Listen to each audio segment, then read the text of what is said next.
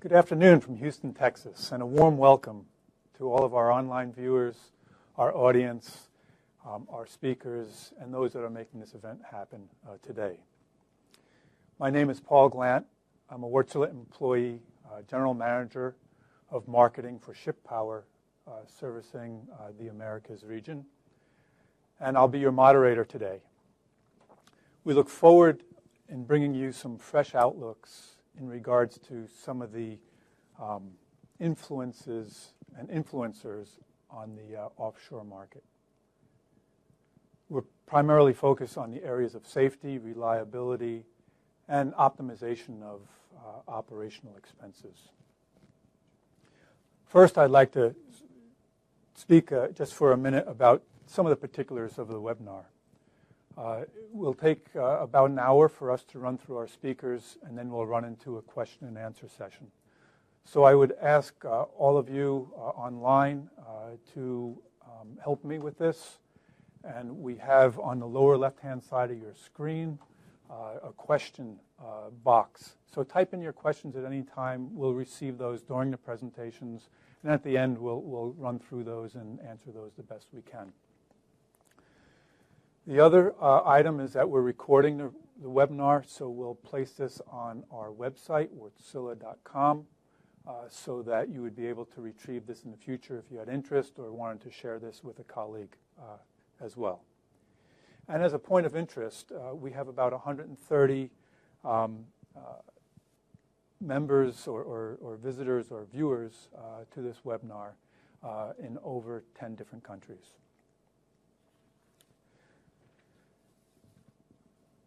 So let's change slides here, and let's take a quick look at what the agenda is for this afternoon. So we have Mike Sano from the American Bureau of Shipping, better known as ABS. He's going to give an overview today in reference to where the offshore industry is headed and focusing primarily on offshore support vessels. John Kennedy will speak about regulations and how they're impacting the offshore industry.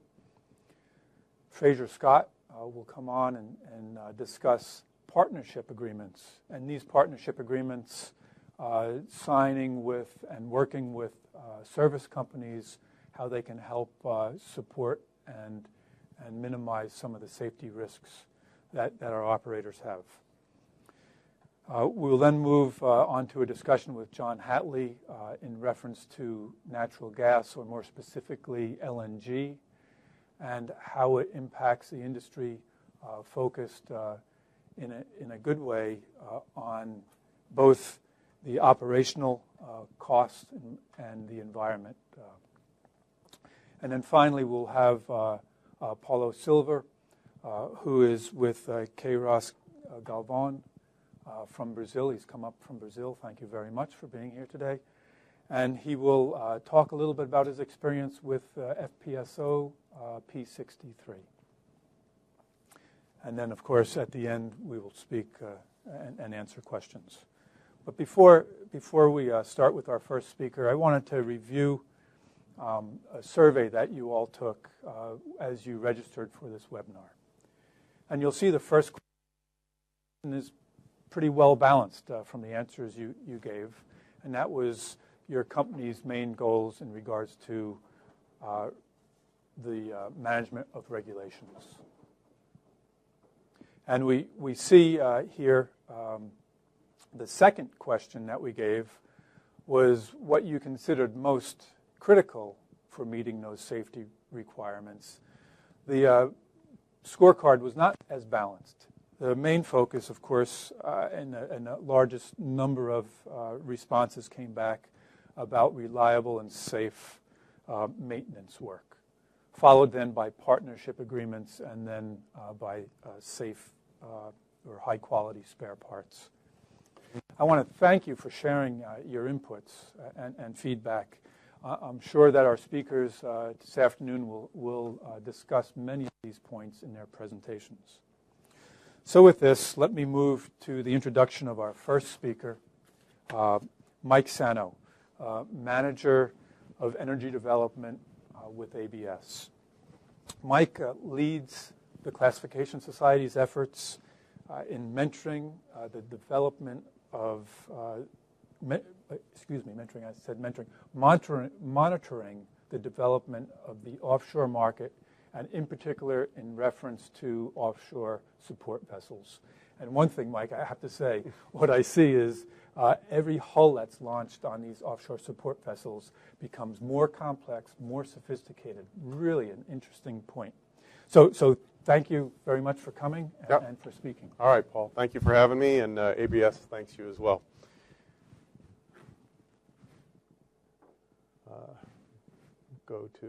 All right, so here we have a brief presentation on offshore support vessels. First, a little bit of a background for ABS. The ABS mission is to serve the public interest as well as the needs of our members and clients by promoting the security of life, property, and preserving the natural environment. Obviously, ABS, Classification Society, our main focus is on safety, safety of personnel, protection of the asset, and protection of the environment. So the agenda for this brief presentation is a bit coverage on the OSV fleet, subsea trends, touching on MARPOL Annex 6, LNG as fuel, and then we'll talk about a couple of new DP notations, and then the summary. So OSV service types, just so we're clear about what we're talking about, we have the traditional anchor handlers and platform supply, or PSVs. And then it now today includes the well services and subsea support, so intervention, stimulation and test, diving, and ROV support. And then also today we have alternative energy with offshore wind. And these are ship-shaped OSVs, essentially, self-elevating with high-reach, high-capacity cranes. And then also back to the offshore construction support, heavy lift, pipe lay, cable lay. And then rounding it out is the emergency response services with safety standby, rescue, oil spill recovery, and then firefighting. So here's a chart that I made, and I like this because it communicates quickly, I think, a look at the world OSV fleet, the makeup of it. Roughly half of the world's OSV fleet is made up of anchor handlers and PSVs that everyone knows well. But the other half of the world fleet is made up increasingly diverse, complex, specialized, multifunction vessels. And many of these small pie slices represent significant capital investments. They're very specialized and complex vessels that Paul mentioned earlier. So here's a quick look at the OSV fleet by class. ABS class is roughly 1/3 of the world fleet existing. And then for new construction, I'm happy to report that ABS is classing 49% of all the new construction for OSVs worldwide. So here's a look at some trends. The number of subsea wells is increasing. This bar chart here, you dial back to the year 2000, you had less than 2,000 subsea wells. Fast forward to 2013, and you're at 5,000 subsea wells. And I've done a bit of research, and this trend is increasing, and soon we will be at 6,000 subsea wells worldwide. And if you look at the bar chart, it's broken down into several colors, and I realize the key is a bit small, but you're looking at Africa, Asia, Australasia, Europe, etc., around the world, North America. And the point of that is that these subsea wells are located worldwide, and there will be a need for capable subsea support vessels to service, maintain, and inspect all of these wells. Here's a look at the Shipbuilders order book. The bar chart represents the marine offshore and offshore activity, light blue being pure marine, the dark blue being the combination, and then the gray being pure offshore. Well, the key point and takeaway from this is that the amount of offshore work for shipyards worldwide is now more than 40%. So the offshore industry is very important to shipyards, and much of this is OSVs. So we shift now over to a little bit of look on and talk about the environment.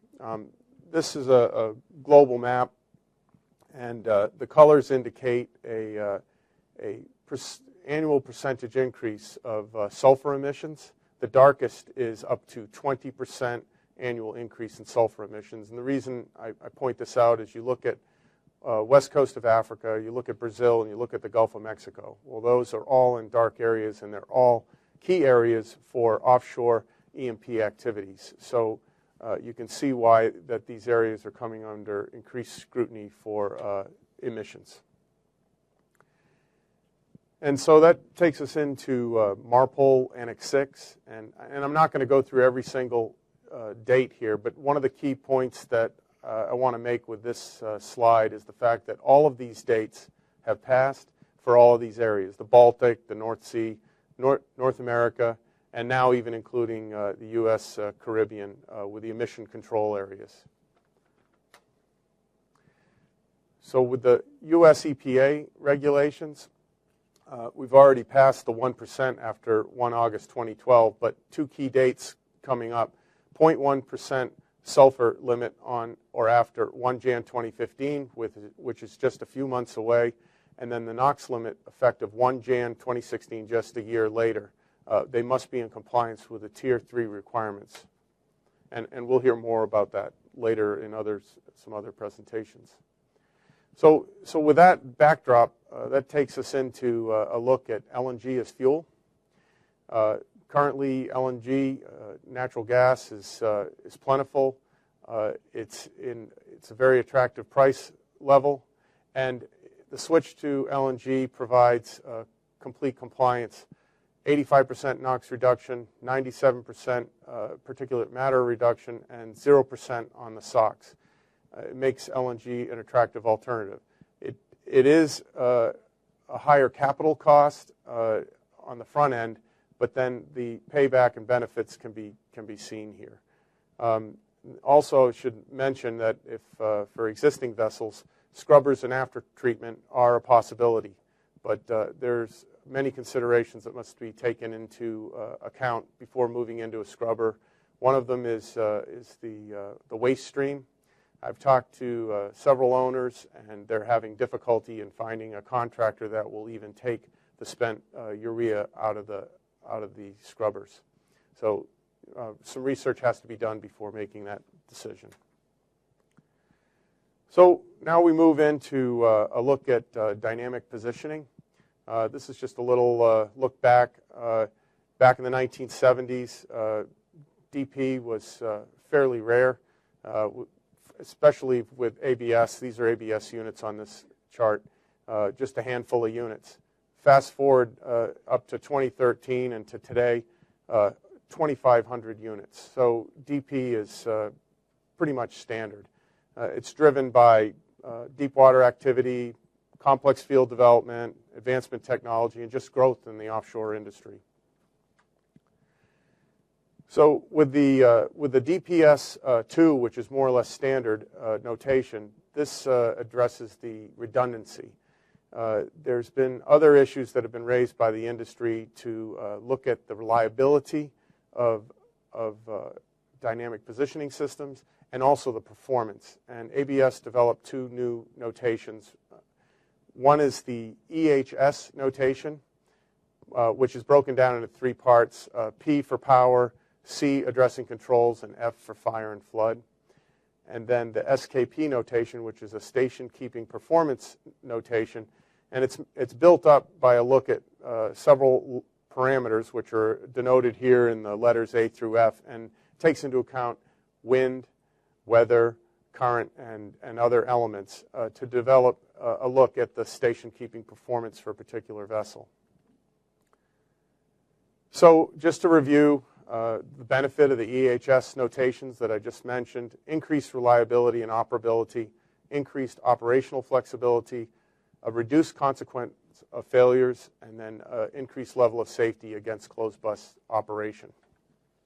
And for the SKP, it provides consistent measurement, increased transparency, and a common understanding of station keeping capability. And we've even seen that many owners now come to fully understand the station keeping capability of their own vessels. So it does provide benefit. So in summary, the OSV market expected to remain strong at least through 2017, and I've read in several places well into 2018. We have increased number of deep sea production sites will drive demand of very capable OSVs, as we've been seeing. And then also, as I mentioned, the increased number of subsea wells that drive continued demand for capable subsea construction and subsea support vessels. And I just want to mention that all of ABS rules and guides that have been developed to provide the appropriate notations for today's modern OSV designs and systems. And all of our rules and guides are available for free download at www.eagle.org. And I encourage you to go to our website and review the material. Thank you very much. Mike, that was great. It's really good to see that the industry seems like it's going to stay busy for some time to come. I had one question, though. You were speaking about these supplemental or optional and I'm blanking out on that. Thank you much. The notations. Yes. And in reference to that, we're seeing the operators today, or the chartering parties today, put a lot of pressure on the operators to really have a reliable vessel. How is ABS looking at that and perhaps supporting those operators? Well, yeah, thanks for bringing that up. ABS is in the process of, we'll be releasing soon, the ABS guide for industrial systems and equipment. The guide's currently addressing pipe lay. Other mission types or segment types will be addressed later. But this is basically a notation that's been developed to look at the function of the vessel and those systems and equipment and apply the normal class process that you would see to the vessel and the marine systems. But you get the benefit now on the top sides. And the whole goal is to support the owner and operator with more reliable operations in a holistic fashion. Very good. Very good. All right. Thank you. All right. Thanks, Paul. Great answer. Okay, let's move on. We have John Kennedy who's going to speak to us next. John is currently the business manager of development for our services unit in the U.S. He comes to us with many years of experience, over 35, and two of the most recent positions I know over the handful of years, you supported the Americas as a director of services and then ran the service operation here in the U.S. Yes. Very good, very good. So, John, we're interested in hearing you talk a little bit more about the regulations and what their impacts are in the industry. Very good. Thank you. Thank you. So today, most of us are pretty well aware that the offshore industry operates under an umbrella of regulatory requirements focused mainly on operational safety and environmental protection. Whoop. Let me get these slides squared away. Sorry. Am I going the wrong way here, Paul? No, just one more to the right. There we go. Sorry about that. So what we'll take a look at today is a background or an overview on the global offshore regulations, the implications for safety and environmental management systems, both SEMS, the original SEMS that came out in 2010, and SEMS 2, best available and safest technology, locally known as BASS, managing the complexity of that new technology, and cooperating with OEMs on how to navigate all of these changes. So if we look at the studies over the past few years, both academic and industry-based, they've outlined at least 40 different regulatory regimes around the globe. The actual operational data that we look at shows that we've had very few spills, but the worst of these, like the Macondo event, have spurred most of the changes in regulatory environment throughout the globe. all of us have been reminded of through front page media coverage, CNN, of the consequences when operational problems occur. It's this need for environmental safety and worker protection that fuels the legislative requirements for the offshore. The challenge is how to balance all of the requirements with operational cost.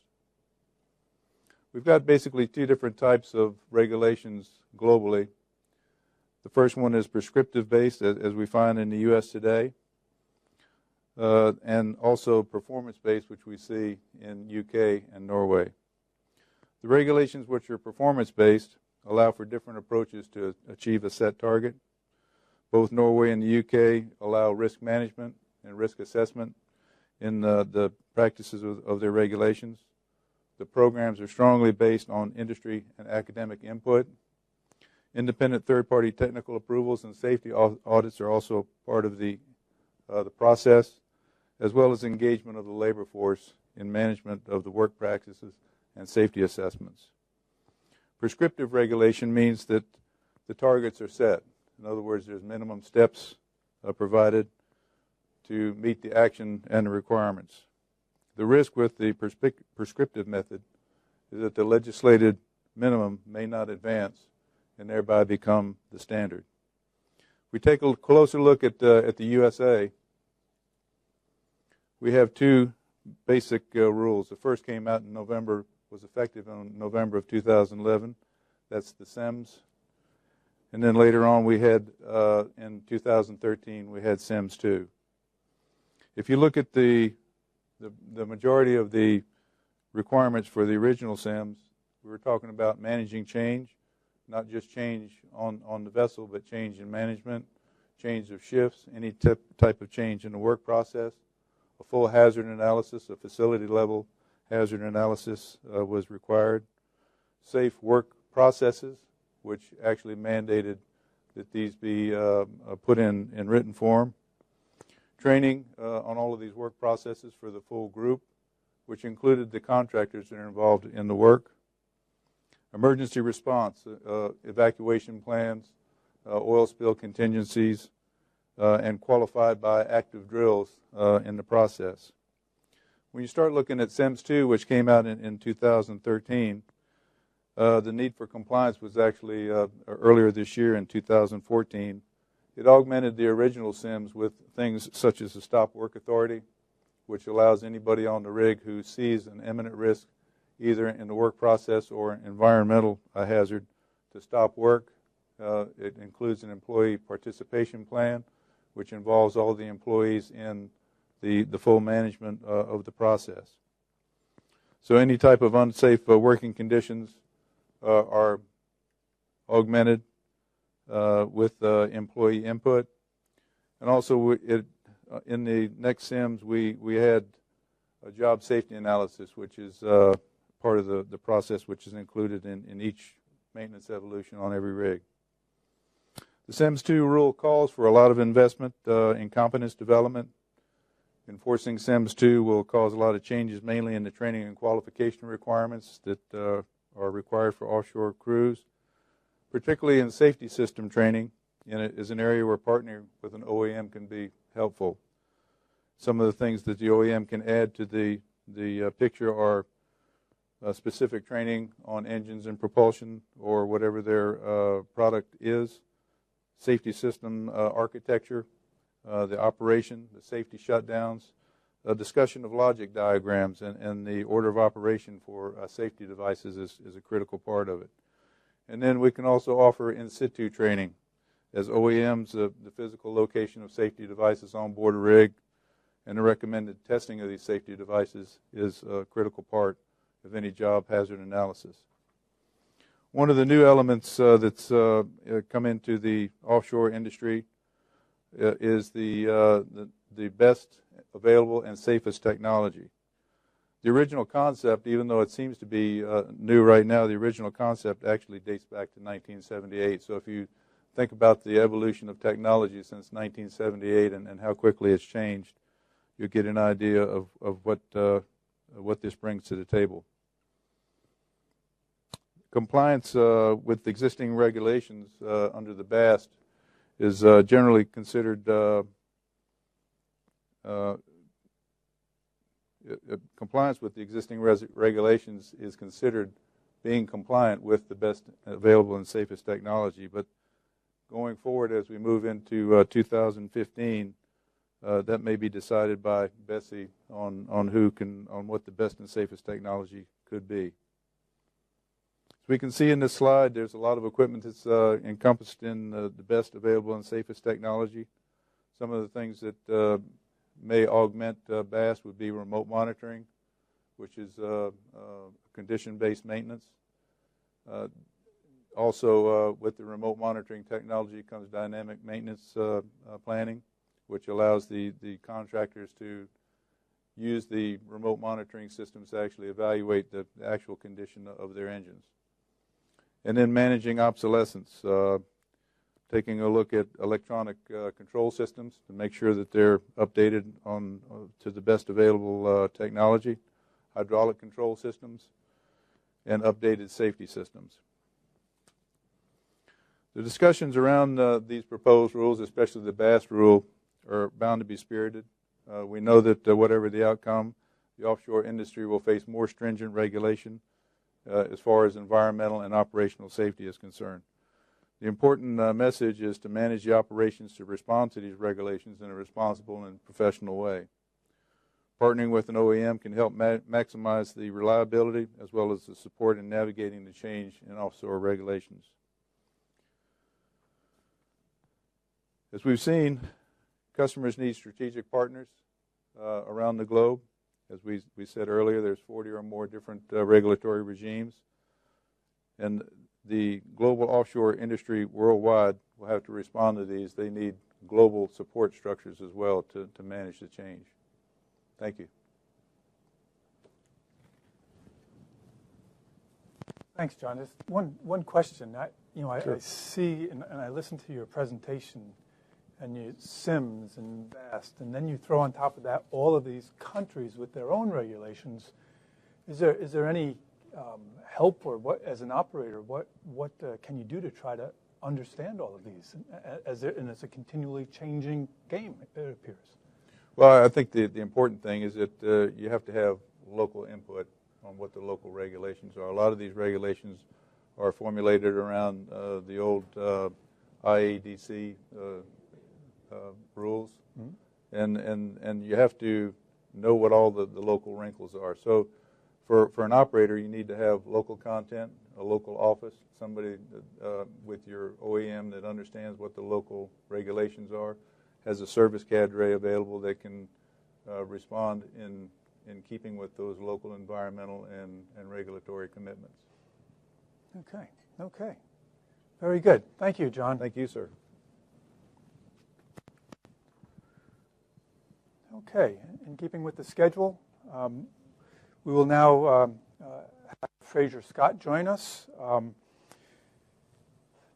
But before I do that, before I ask him to come up and speak, I would like to remind our online viewers, in the lower left-hand corner on your screen, there's a question box, so please feel free to fill that in with any questions that you may have. But let's move forward with Fraser is our Director of Marine Agreements. He has extensive experience with complex engineered systems, systems and solutions such as diesel and gas engines tied to propulsion systems. Fraser will speak a little bit about partnerships and tying these partnerships with service providers and how they can reduce some of the safety risks. Thank you. We've heard of the burdens faced by operators, such as SEMS to SEMS to BAST, for instance. Let's consider how these can be integrated into operations with the safest outcome against the backdrop of operational demands. It's important to focus on the effective management of critical equipment, ensure it's working correctly and as expected. The need to manage critical equipment necessitates the capture of real-time data effectively analyse it, make predictions on where those trends lead, and most importantly, take the appropriate corrective steps to mitigate impending risk situations. It is inadmissible to take decisions based on guesswork. Instead, informed decisions based on empirical data that is recorded and auditable must be used. Because of the need to collect, compile, and analyse very detailed, very specific data, it is now more important than ever to ensure that this is carried out by the most competent systems and people available. Offshore operators' core business is to produce hydrocarbons, drilling and production.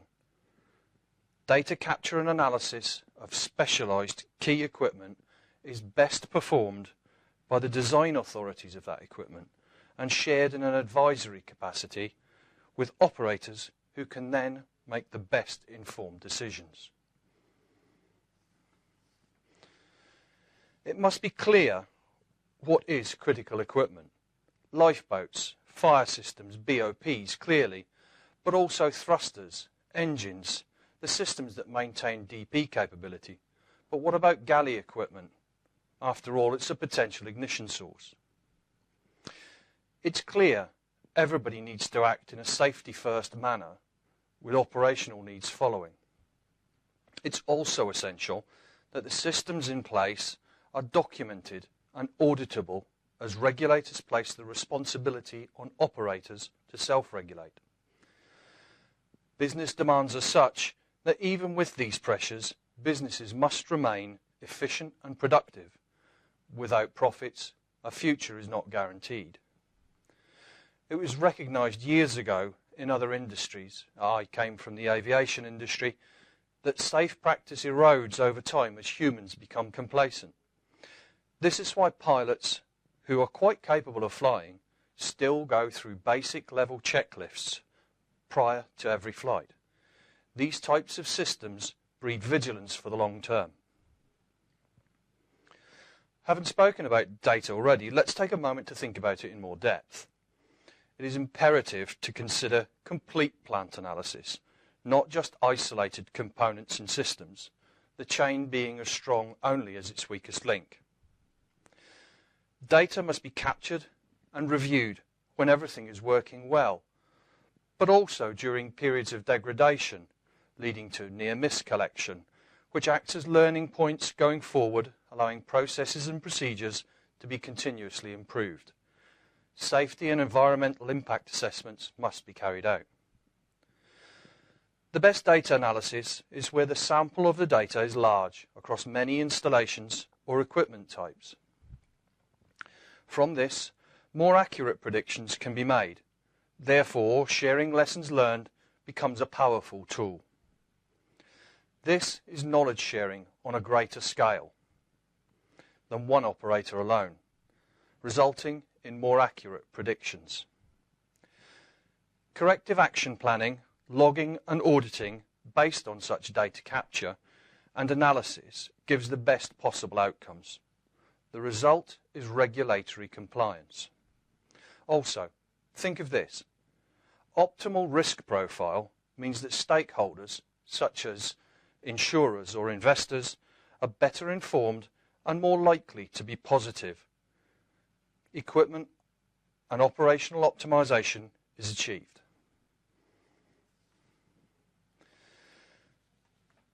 The need to cooperate with other companies and partners leads to the need for joint ventures and contractual partnerships at all levels. This is so that the industry can leverage the best pools of technical knowledge. Recognised experts can focus on their areas of specialty. The industry will be able to utilise new technology faster from solution providers. Best available and safest technology becomes statute. Regulations demand operators take more direct control. This is most efficiently done with specialist advisors with specific expertise. Risks are better managed and can also be shared with partners. The ability to better share risk where it can best be managed is a key outcome. industry regulators, media and the public at large require a safety improvement culture to be mandatory in the offshore world.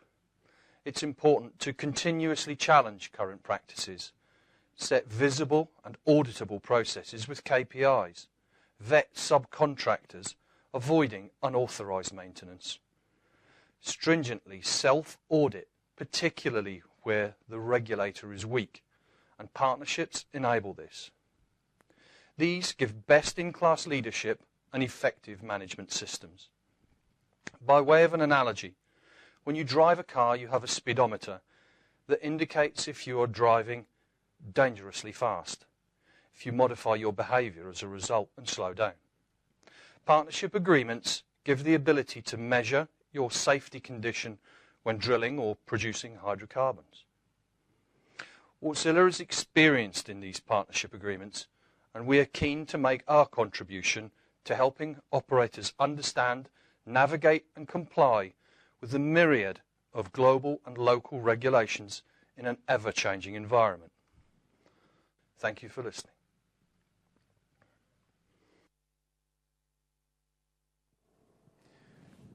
I'm now happy to welcome John Hatley as a speaker. He has probably the most full speaking engagement calendar of anyone I know, so it's great that you're able to make it here today, John. John is, please come on. John is the Vice President of America's Ship Power. He comes to us with a nickname of our LNG Ambassador for the Americas, and has close to 30 years of experience in a wide range of marine activities, from business development to sales, to project management, ship operation, owner's representation, and ship design. So we look forward to hearing from you to speak a little bit about LNG and how it's going to impact our future. Thank you, Paul. Let's see why there's a dramatic paradigm shift moving not only in the merchant but also the offshore market towards LNG as a preferred fuel. So today we'll look briefly at what, why, and then some conclusions, with particularly looking at marketplace signals that are going on and what's ahead. Under what? Why is gas positioning itself as a preferred fuel, and then most particularly for the offshore industry?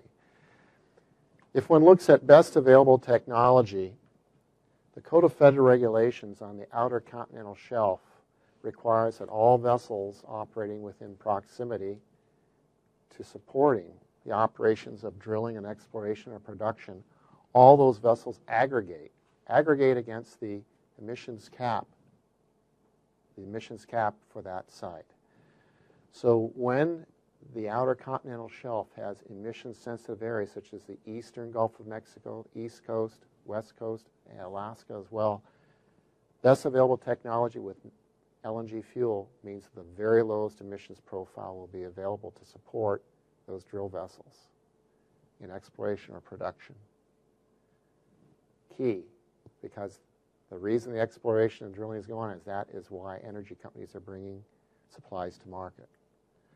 So it goes well beyond the vessels themselves. And here we can see an example in October 2011 where the U.S. EPA Region 10 provided very stringent caps on emissions for exploration to be conducted in the Arctic.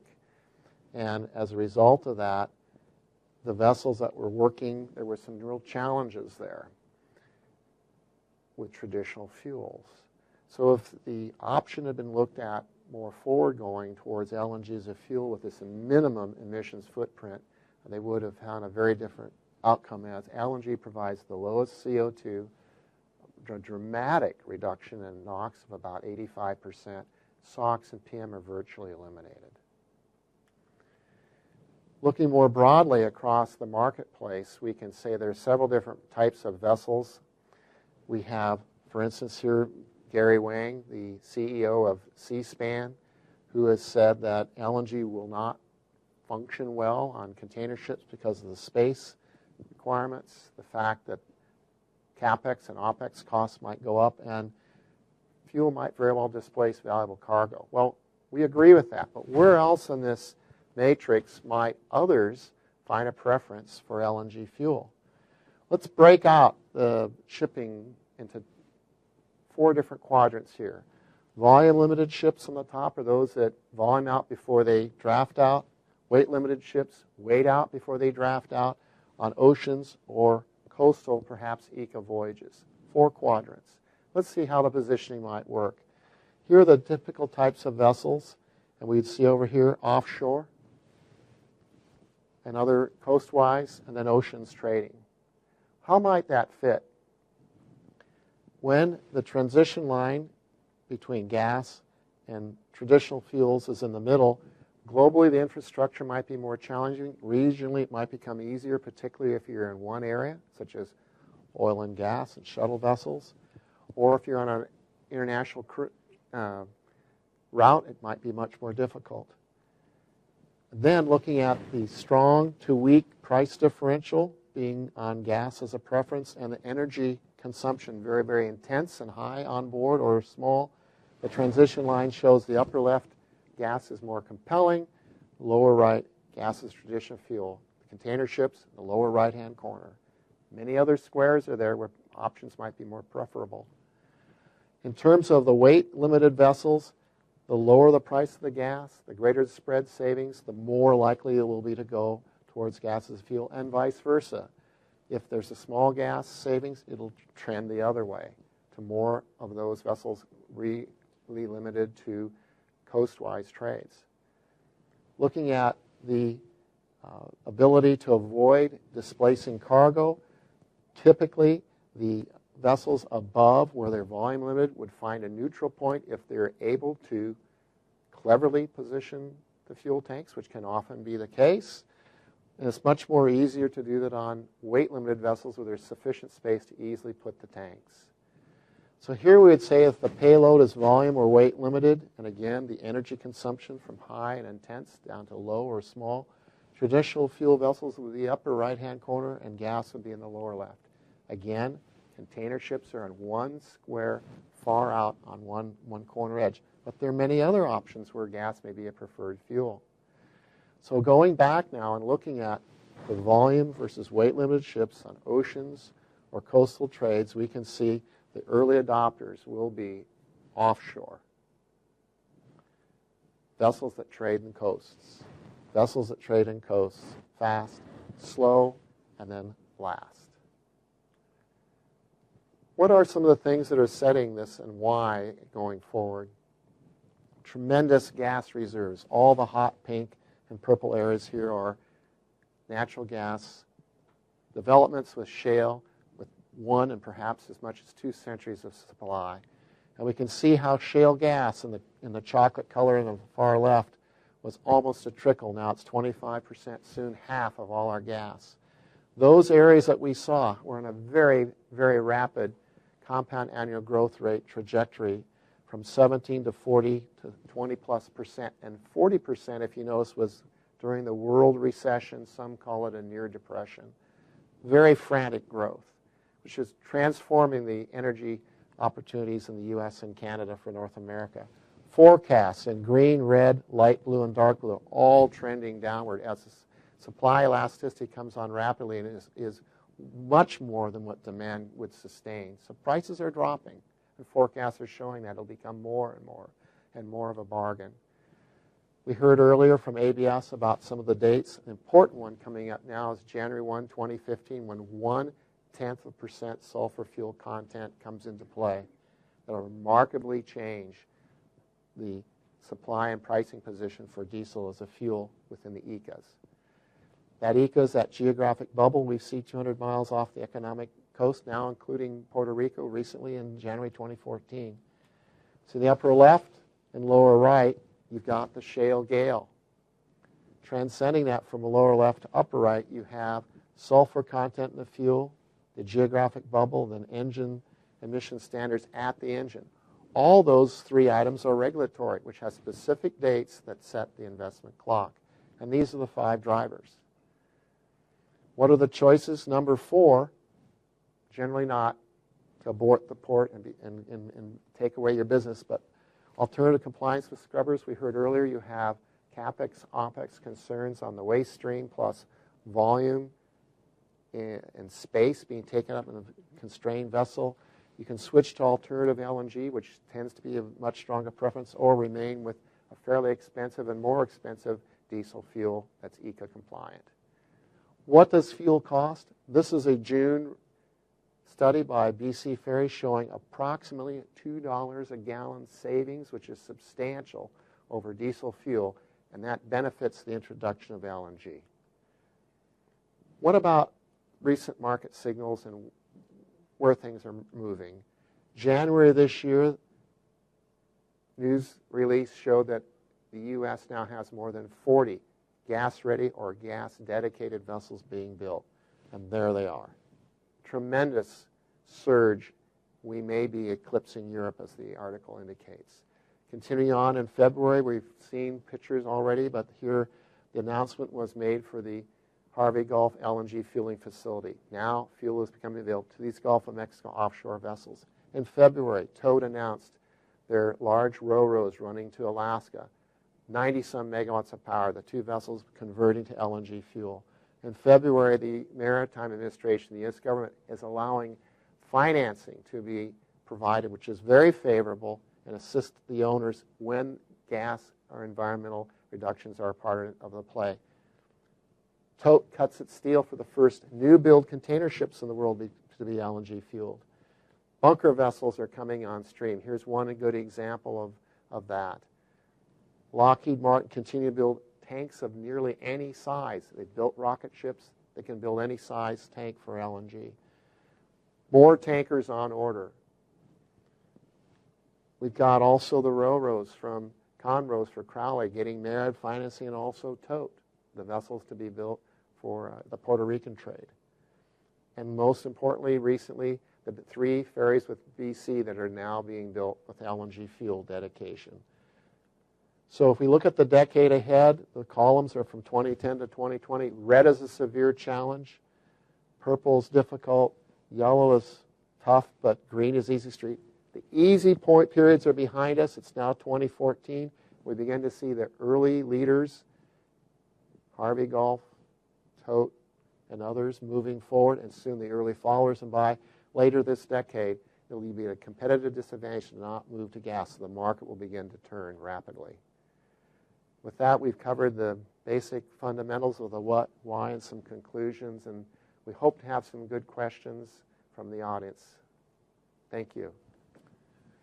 John, I do have a question actually for you. Thank you. That was a great presentation. It's really clear that LNG as a fuel is having real and significant changes. Can you comment on what you feel is the best available technology for the offshore industry? You know, offshore has those federal leases with caps on the emissions for drilling exploration. Their principal business reason for existing. Now with those encompassing all the support vessels, best available technology means lowest emissions footprint, so that the billions of dollars invested in drilling could continue. We're not looking at millions of dollars, which would be the savings magnitude of a vessel. We're talking about billions of dollars to enable drilling to continue cleanly in emissions-sensitive areas. Okay. That's what the best available technology would be with gas. Fantastic. Yeah. Fantastic. Thank you very much, Paul. Thank you. Thank you. Well, let's continue.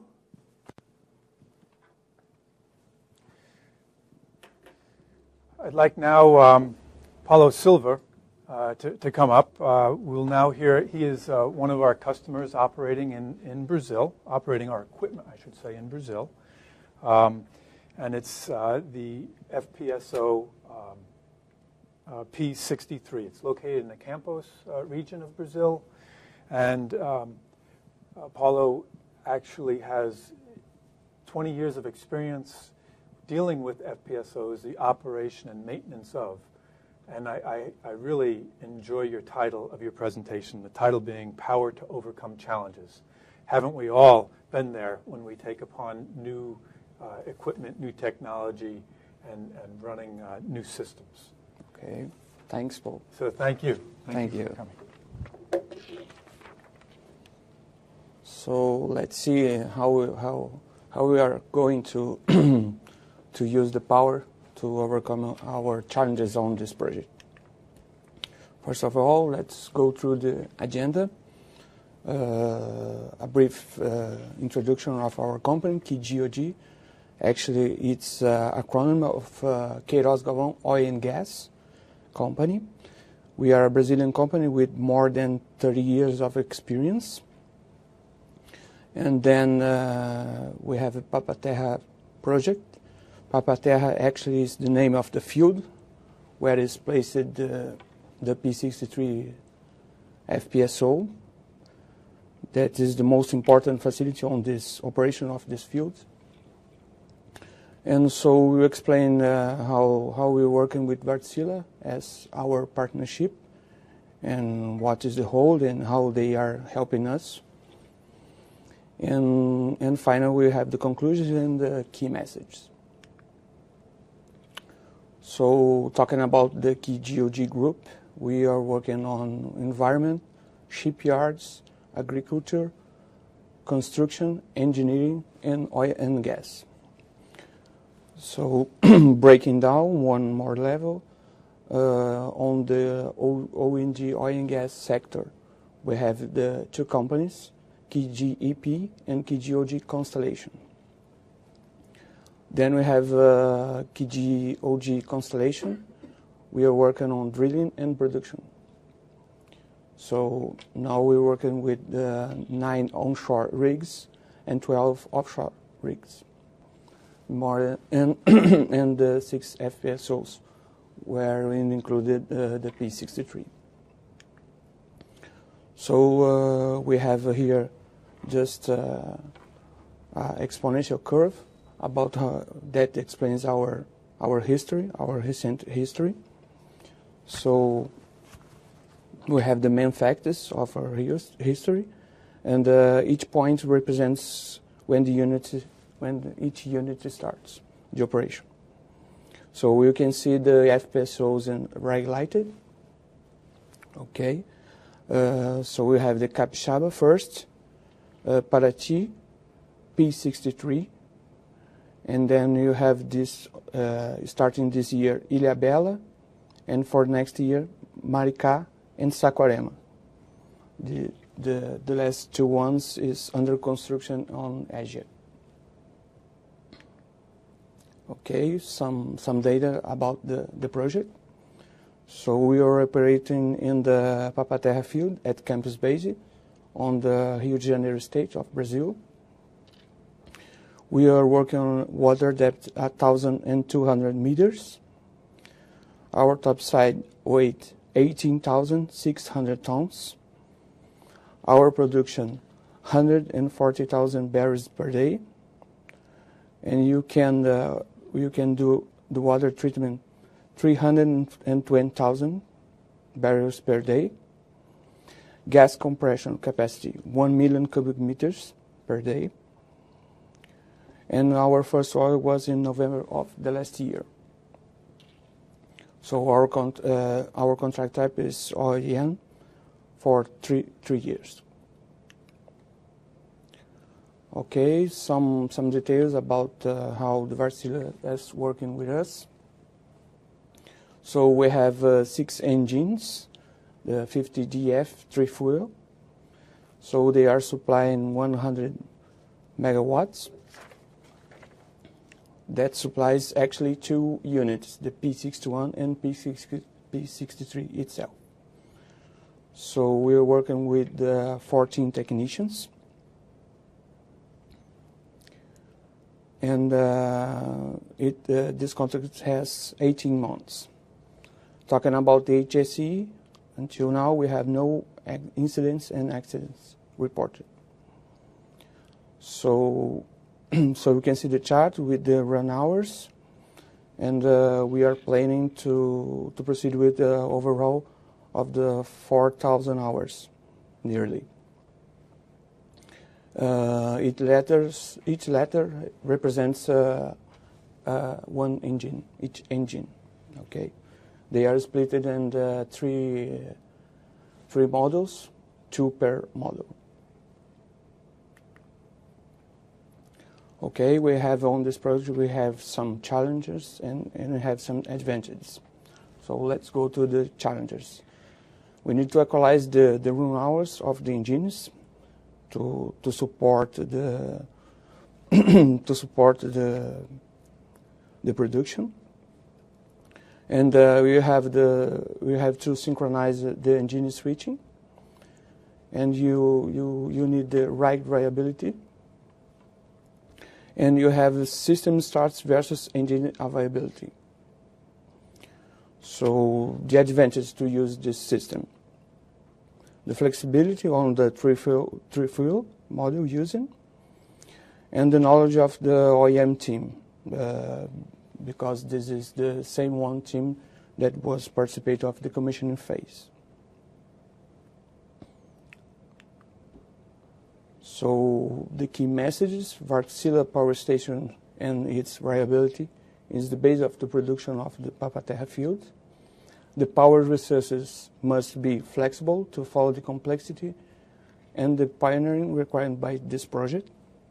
And the Papa-Terra project is in the spotlight due to its importance on the oil Brazil production share. So I would like to invite you to access our websites and know more about our company and this project. Very good. Thank you. Thank you. Quite interesting. I also had an additional question, and sort of an overarching question, and to ask how your company, Queiroz Galvão,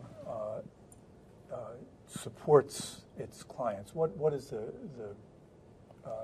benefit, and what is the structure? What is your key delivery? Yes, I think the key word is reliability. So what you're doing now is using this flexibility, bring from the engineers, the structure of the power modules, to deliver this reliability for our client.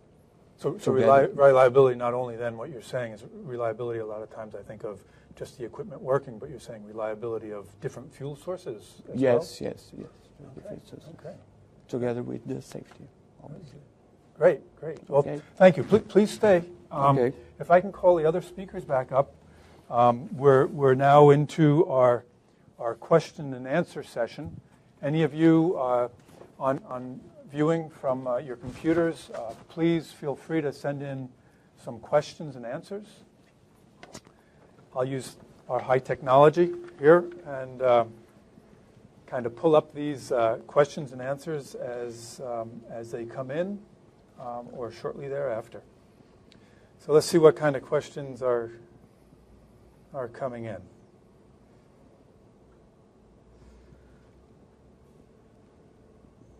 Here's a quite interesting one, Mike. I think this may be a good question for you. It talks about that there's been a lot of growth in the OSV sector in the recent years, and the question is, where do you see the market headed in terms of the types of OSVs in the future? Yeah, I can certainly address some of that. One of the interesting developments is in the area of well intervention, test, and well stimulation. The offshore technology and equipment's been advancing very rapidly, and it's created a situation where OSVs can move into areas where drill ships once played. Basically, drill ships are very expensive. They have a very high day rate, as most folks know, and OSVs much lower, much easier to mob and demob. Now, these type of OSVs, the well intervention vessels, they still get a very high day rate, but comparatively, they're very competitive with drill ships and much more responsive because of the mob-demob times. So we're getting a lot of interest in that area, and I see that as a big growth area for OSVs in the future. Okay, thank you. There's an interesting lead-on question, and I think I'm not sure who to pass this to, but maybe John, this might be yours. You were speaking about drilling vessels, and here's one where there's some discussions about many drilling vessels being constructed with mild steel C valves that appear to having some inopportune times for failures, and I guess the question really is, at charter rates of $600,000 or more a day, operational reliability becomes really important. And somebody here is asking, what is a good solution available to an operator to minimize his risk of downtime for changing out a sea valve? Well, you're right. The diving operation that would be involved in changing out a sea valve is quite expensive, and as you pointed out, the day rates would be astronomical. But I think the key to it is that we now have alloy valves which are corrosion resistant that can replace these mild steel valves. It's it's fairly routine to match the bolt patterns, whether they're JIS, DIN, ASME, and any type of bolt pattern or configuration that is required can be replaced fairly easily with a highly corrosion resistant alloy valve. So that's something that may take a little bit of lead time to get the exact design correct, but it's something that's definitely doable and should be done as a replacement part for the original constructed valve. So do a replacement like for like, same form, fit, and function, but use a higher corrosion resistant valve versus going back in with the same. Correct, so that you don't have the same problem twice. Yeah. Okay, very good. Very good. One of your buddies in Brazil must have sent this one, Paulo. It talks about you mentioning the synchronization of engines as one of your challenges to overcome on the project. How are you operating nowadays, and what is performed nowadays for the operation?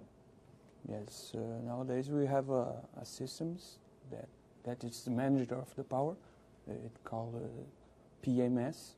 So the systems receives the demands of the systems. And now as we are producing, we need to support the production and they give the power or supply the demands of the P61, for example, that is running tests and is doing the air commissioning. So you're actually feeding power, as I noticed in your presentation. So the PMS, the power management system, you have two power management systems actually. Then you have two different vessels, P61, P63, and then also speaking with the engine control systems. No, you have just one PMS. Okay. It's placed in P63. Okay. So the systems needs to manage the both, demand both vessels. Both vessels. Okay. Very good. This is an LNG question. So, Mike or John, do you see LNG as a viable option for MODUs or mobile operating drill units? Yeah, mobile offshore drilling units. It's a MODU. Thank you. Yeah, Thank you. I think with the right protections and right systems in place, it's certainly a possibility for the future. Obviously there'll be a lot of safety concerns having LNG on board a drilling unit, but with the right safety and the right engineering reviews and applications, I think you're going to see that in the future. I think too that as the projects continue to move out further into more emission sensitive areas, that best available technology with the minimum footprint is going to be more and more a requirement to allow drilling and exploration and production to continue. So I think there'll be innovative ways to find room for the LNG. I have one here, I think, John, that may fit your presentation. You were speaking about condition monitoring. And this question is, can remote monitoring be used as a forensic tool? Yeah, certainly all of the instrumentation is there. All of the data is contained in the control system for the engine or propulsion system, whether you have CBM or the PCMS. And we've seen, in the airline industry, it has a black box. Cruise industry has the voyage data recorder, which records information that can be seen after an incident or an accident. So I would say yes, it could be used. The information itself could be used, captured in a black box type format for offshore. But I would expect that in addition to the actual propulsive part of the package, you'd actually have some drilling operations and other facets that are peculiar to the offshore that would be included in that package. But certainly it's a doable deal. The data is there already. Okay, let's see. I think we have a few more questions that have come in. And let's see. One of the questions, Mike, somebody picked up on your presentation, and they were here. What are some of the other unexpected impacts to OSVs if scrubbers are fitted? So what are some of the other impacts? Right. Well, I think John also mentioned in his presentation. I mean, obviously, scrubbers are a viable alternative, but space is a big issue. And then also because of the location, in a traditional OSV configuration, they're going to be up high, which tends to raise your GM, and may result in some OSVs, depending on the design, impacts to stability. It might require permanent ballast to be installed, and it may actually reduce the cargo carrying capacity for the vessel. So that's something that really needs to be evaluated. Okay. Another LNG question, and it's in reference to LNG availability. Obviously, to have reliable operations, LNG availability is required. John, you spoke primarily about LNG. What is your thoughts about having fuel where you need it, when you need it, the reliability of the fuel supply? Yeah, the fuel's the key enabler as LNG to allow the technologies to run. Right now we're seeing that Harvey Gulf is putting in an LNG facility in Port Fourchon to be operational early next year, aligned with movement of their vessels coming into the market space. You see that for the ferries up at BC Ferries out of Vancouver. Her ferries will be supported by a local distribution company and also STQ ferries.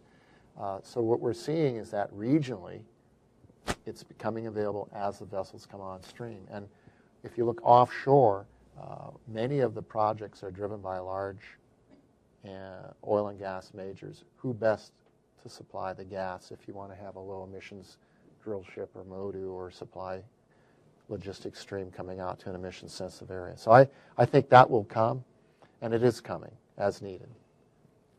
Very good. Yep, very good. We have a question here from a trainee, marine engineering trainee. I think it's best. It's a little bit off topic. It talks about thrusters and stabilization of vessels. We'll take this one up with you after the webinar on this. And I see one last question here, and this is an LNG question, and I just missed it. Yeah, here it is. What is your opinion regarding the environmental impact of shale gas extraction? Now, of course, shale gas we think of onshore, but okay, tying them together perhaps because it's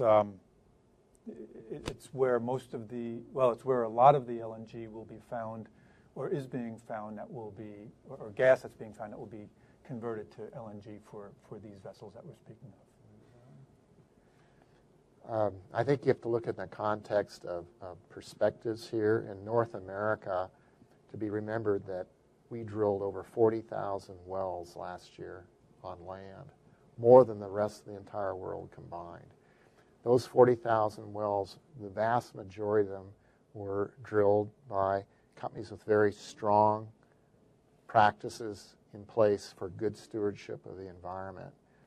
There were many times where the casings and all the drilling, everything was done absolutely right, with the right intention and the right values. Then you mix into that a very few operators who may have had housekeeping problems or little sloppy practices, and unfortunately this very, very small group has given a black eye to the vast majority of the operators. So I think with 40-some thousand wells, that the record is good, can be improved, but it's a very small group that's causing the challenges and difficulties. The vast majority of the operators are doing a tremendous job in observing strong environmental and good stewardship practices. Yeah, so a few bad stories make it difficult for the industry as a whole. Yeah. Okay, very good. That wraps up our questions. And I'd like to remind everyone that on www.wärtsilä.com we'll post this webinar on Friday. So if you have interest in viewing it or sharing it with someone, please do so. And with that, I'd like to thank our speakers. I'd like to thank our audience and the people who made this possible. And I would wish you a good afternoon, a good evening, and goodbye. Static waves across